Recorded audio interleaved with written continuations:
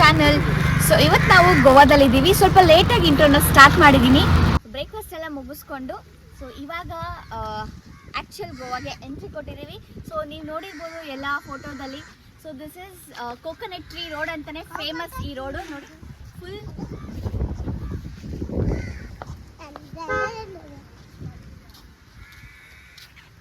Photo shoot ಮಾಡ್ಕೊಳ್ಳೋಣ ಅಂತ ಹೇಳಿ ನಿಲ್ಸಿದ್ದೀವಿ.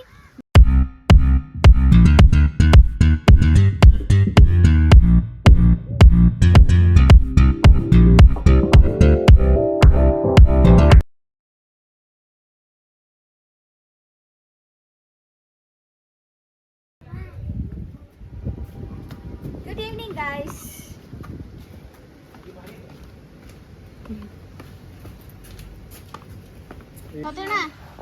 ಫ್ರೆಂಡ್ಸ್, ಇವಾಗ ನಾವು ಹೋಮ್ ಸ್ಟೇಗೆ ಬಂದಿದ್ದೀವಿ. ನಮ್ಮ ಹೋಮ್ ಸ್ಟೇ ಹೆಸರು ಬಂದು ಗ್ರೀನ್ ವುಡ್ ಮೆಡೋಸ್ ಅಂತ. So it is filled with full of green ಅಂತಲೇ ಹೇಳ್ಬೋದು. ನೋಡಿ full pots, full greenery. So ನಮ್ಮ ಸರೌಂಡಿಂಗ್ ತುಂಬಾ ಫುಲ್ ಗ್ರೀನರಿ ಆಗೇ ಇದೆ. ಆ್ಯಂಡ್ ಇವಾಗ ಹೋಮ್ ಸ್ಟೇ ಒಳಗಡೆ ಹೇಗಿದೆ ಅಂತ ತೋರಿಸ್ತೀನಿ ಬನ್ನಿ.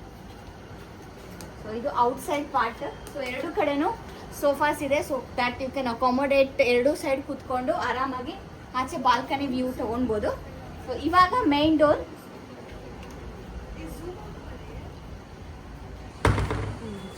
So welcome to our home stay. So ನಾವು ಈ ಹೋಮ್ ಸ್ಟೇನ ಯಾಕೆ ಮೇನ್ ಆಗಿ ತಗೊಂಡಿದ್ದು ಅಂತ ಅಂದ್ರೆ, ನನಗೆ ತುಂಬಾ ಇಷ್ಟ ಆಗಿದ್ದ ಪಾರ್ಟ್ ಬಂದು this is the one, the main thing why we choose this home stay. ಇಲ್ಲಿ ಪೂಲ್ ಇದೆ ಅನ್ನೋ ಕಾರಣಕ್ಕೋಸ್ಕರ ಹೋಮ್ ಸ್ಟೇ ತಗೊಂಡಿದ್ದೆ. ಯಾಕಂದ್ರೆ ಎಸ್ಪೆಷಲಿ ನಾವು ಗೋವಾ ವೆಕೇಶನ್ನ ಪ್ಲಾನ್ ಮಾಡಿದ್ದೆ ನಮ್ಮ ಪಾಪುಗೋಸ್ಕರ. ಸೊ ಅವನಿಗೆ ಬೀಚ್ ಅಂದರೆ ತುಂಬ ಇಷ್ಟ. ಸೊ ಬೀಚಲ್ಲಿ ಜಾಸ್ತಿ ಟೈಮ್ ಸ್ಪೆಂಡ್ ಮಾಡೋಕ್ಕಾಗಿಲ್ಲ ಅಂತಂದ್ರೂ ಪೂಲಲ್ಲಿ ಅಟ್ಲೀಸ್ಟ್ ಅವನು ಟೈಮ್ ಸ್ಪೆಂಡ್ ಮಾಡಲಿ. ಹಾಗೆ ನಾವು ಬಂದಿರೋರು ಎಲ್ಲರಿಗೂ, ಫ್ರೆಂಡ್ಸು, ಕಸಿನ್ ಎಲ್ಲರಿಗೂ ಒಂದು ಚಿಲ್ ಮಾಡೋದಕ್ಕೆ, ನೈಟ್ ಟೈಮ್ ಚಿಲ್ ಮಾಡೋದಕ್ಕೆ ತುಂಬ ಚೆನ್ನಾಗಿರುತ್ತೆ. ವಿ ಕ್ಯಾನ್ ಎಂಜಾಯ್ ಅಂತ ಹೇಳ್ಬಿಟ್ಟು ಈ ಒಂದು ಹೋಮ್ ಸ್ಟೇ ಬುಕ್ ಮಾಡಿದ್ವಿ. So this is the kitchen part. So ನಮಗೆ ಏನಾದರೂ ಪ್ರಿಪೇರ್ ಮಾಡ್ಕೊಬೇಕು ಅನ್ನೋ ಥರ ಇದ್ರೆ, ಸೊ ಗ್ಯಾಸಿಂದ ಹಿಡಿದು ಯುಟೆನ್ಸಿಲ್ಸ್ ಏನೇನು ಬೇಕು ಎಲ್ಲರೂ ಅವರೇ ಪ್ರೊವೈಡ್ ಮಾಡ್ತಾರೆ. ಆ್ಯಂಡ್ ಇಲ್ಲಿ ಬಾರ್ ಕೌಂಟರ್ ಕೂಡ ರೆಡಿ ಮಾಡಿದ್ದಾರೆ. ಸೆಟಪ್ ಎಲ್ಲ ರೆಡಿ ಆಗಿದೆ. ಸೊ ಓವೆನ್ ಎಲ್ಲ ನಮಗೆ ಇಲ್ಲಿ ರೆಡಿ ಇದೆ. ಸೊ